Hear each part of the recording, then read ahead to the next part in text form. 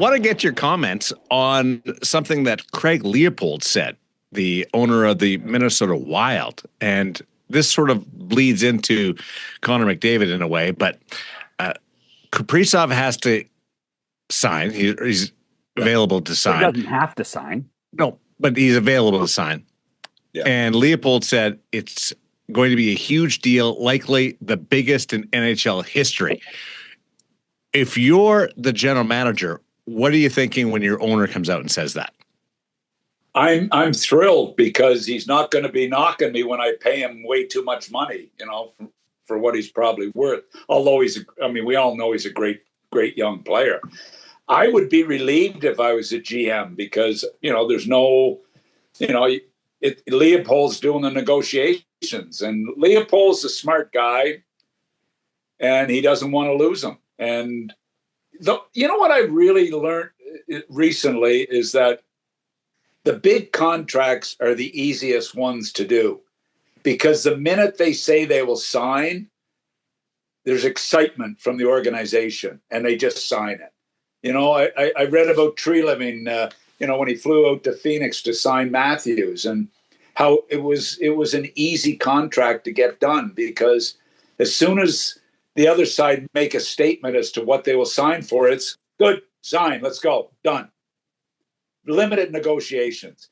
The other thing is with the lesser players on the team, negotiations have become a lot easier because the agents realize how much money there is there to spend because of the cap. So it makes it a little easier for the lesser guys. You say, hey, you guys, you agents, you guys see where I am. You know where I am on the cap. You know how much money there is here. And it seems that there's less negotiation going on.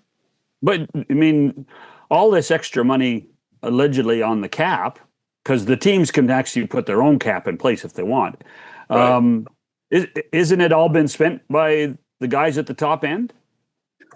Yeah, that's my point I'm making, that the lesser guys are slotted in there because there's not, they see what's left over. And agents have told me that, and GMs have told me that recently, that the negotiations are a little bit easier. I shouldn't say easier, but different. That, okay, we as agents have a feel for what's available.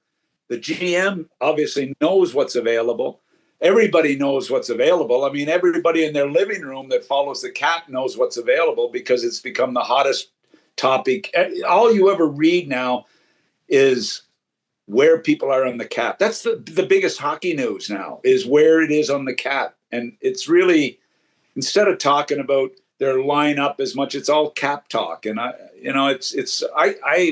can't say I enjoy it. I really can't say I do.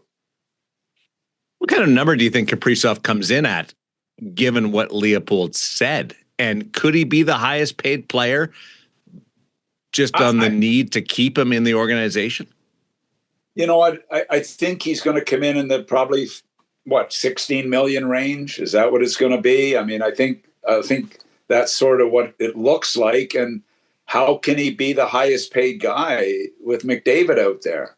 I don't, with what both organizations are facing, I've got to believe McDavid's going to come in higher than him. I've got to believe that. Now we know what kind of logic says that, unless Minnesota just says we're going to blow everybody out of the water and keep Kaprizov for 8. Well, let's be honest. Minnesota has a ton more cap space. Yeah, and also we know what kind of guy McDavid is. And is he driven by money?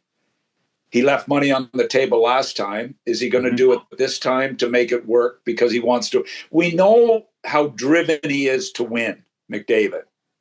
He's got that Sidney Crosby drive in him, in my opinion. I don't know McDavid like you guys do.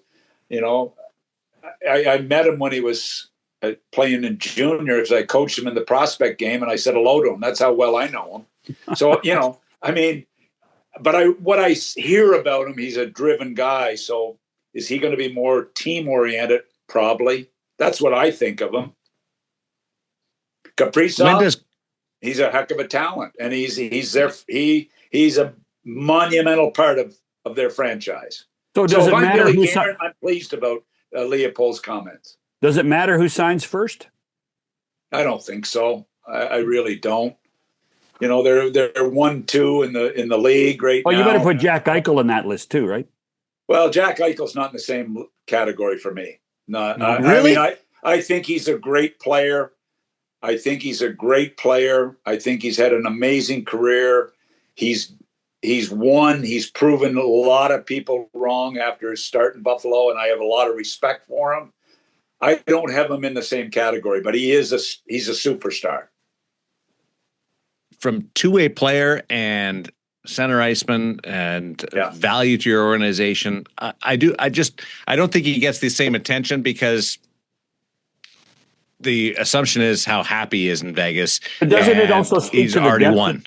Doesn't it already speak to the depth of the Golden Knights? I mean, there are, when you talk about the Oilers, you do talk about Leon and Connor, and the money that they suck up. But there's a lot more high-end guys, I think, in Vegas overall on the depth chart than there is in Edmonton, don't you? Well, I mean, there is, except Edmonton looked like a better team at times, when it flip-flops. One team looks better one year, the next team looks a little better the next time. I don't know, based on playoff. But, I mean, you can't – I mean, they're both really good teams because they've won. They're both very good teams. And you have a lot of respect for both organizations for what they've accomplished. I mean, getting to the finals is not an easy thing. Winning a Stanley Cup, we know in your 5th year as a franchise, we know what that tells you. That tells you that it's a great organization and a well-run organization.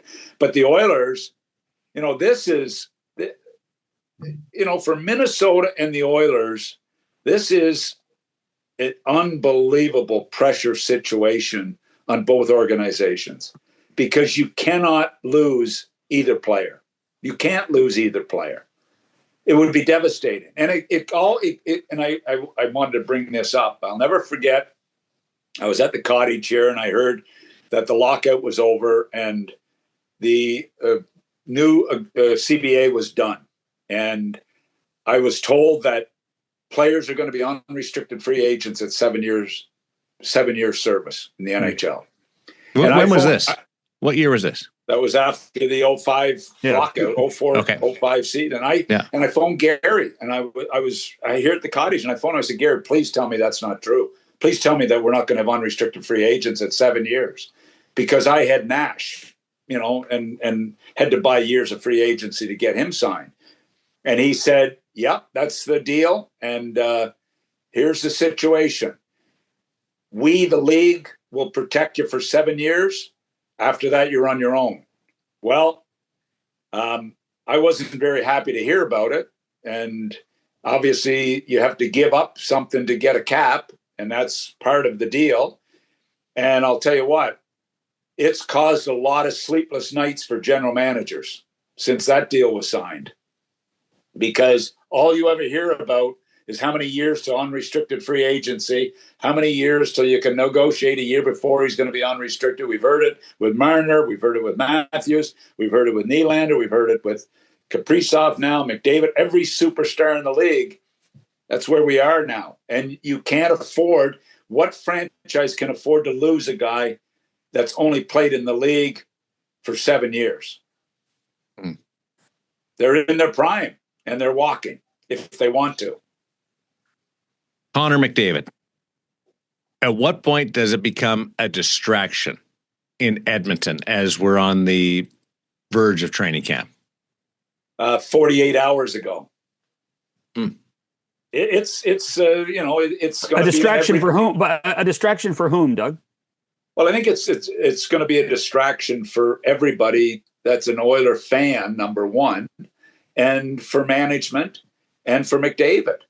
It's going to be and for teammates to a degree. I mean, look, the one thing though is typically these superstars have a ton of respect in the dressing room, a ton of respect in the dressing room, and Sidney's a guy that to me is what that's all about. And I certainly think some of these young guys have followed the way he's acted. Now, I don't mean by giving the organization a home run, but it's going to be interesting to see what shakes out. But I think it's a distraction. I know if I'm Stan Bowman and Jeff Jackson, I'm distracted. That's the only thing on my mind right now, And you look at the Oilers, all Connor talks about is winning. Today he mentioned family security. I guess that could be described as security for his family financially, or security like Marner talked about. I would hope it's not about that. I would hope that doesn't start becoming an issue in the league. But hey, they're superstars and they're big, high profile guys. And it bothered me, the Marner conversation about that. I mean, I never had to deal with that. I had to deal with some distractions by organized crime in the city and dealing with players getting involved. I had some of that to deal with, but I certainly didn't have to deal with security of the players. And that's a new wrinkle that's jumped out in the last 48 hours that I never really thought about.